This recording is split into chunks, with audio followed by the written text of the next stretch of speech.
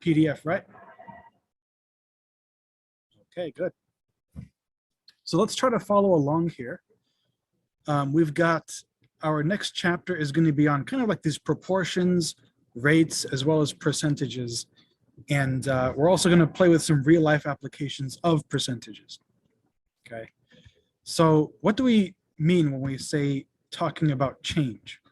Let me whip something up here. Okay. So last time we talked about data analysis. And now we want to see, well, how can we use those tools to solve word problems in which we're relating multiple values with one another, okay? So a big word we need here is something called rate, okay? What does rate mean? It means something that is changing in respect to something else, okay? So a lot of the time it'll be with respect to time, to be honest.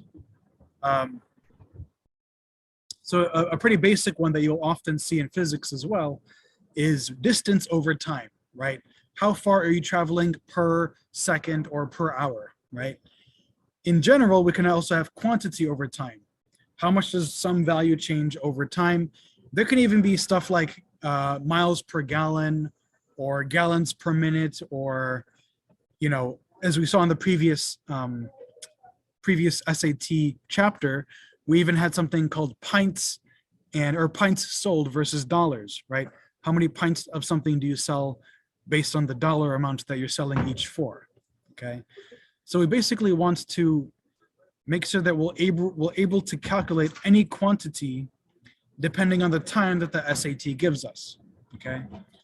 So for example, we have somebody that's traveling 20 miles in 15 minutes, right? So every 15 minutes travels 20 miles. Every 15 minutes travels 20 miles. You can interpret this graphically if you'd like, but most of the time with this chapter, you don't need to. So we want to know, how long does it take for her to travel 200 miles? So think about that for a second.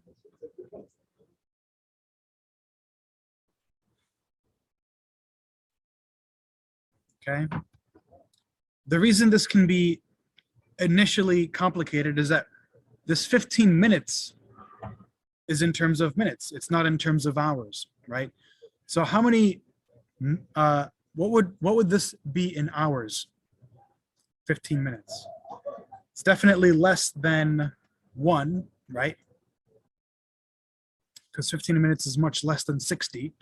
So 60 minutes in 1 hour would mean 15 minutes in, or what in 15 minutes?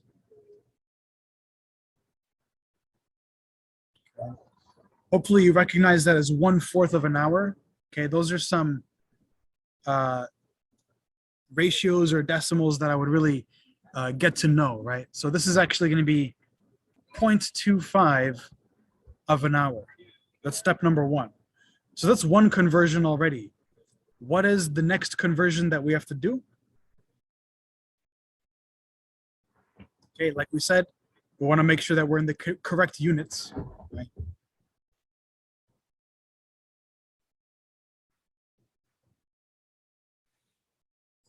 Okay, so we can actually just set this up as a proportion, right? We've got 0.25 in 20 miles will equal what for 200 miles? Okay, we have a proportion. 20 minutes corresponds to 0.25. 200 minutes would correspond to what? And if you are very good with your proportions, you can, right? You're multiplying it by the same factor. So 20 times what gives us 200? 20 times 10 gives us 200, right? Similarly, 0.25 times what, or times the same 10 will give us 0.25. Okay, so very good, somewhat multi-step problem here. Okay, so indeed we have the 0.25 hours. Okay, so this is something that they've kind of done automatically. I would get to know that a little bit better, like what's 0.2 of a full hour, for example, as well. or 10 minutes is 1/6 of an hour, and so on. Oh, okay. Hey, you're there. Okay. So let me just fix something up right here.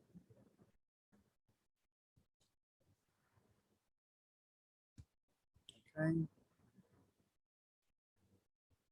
We have another concept for additive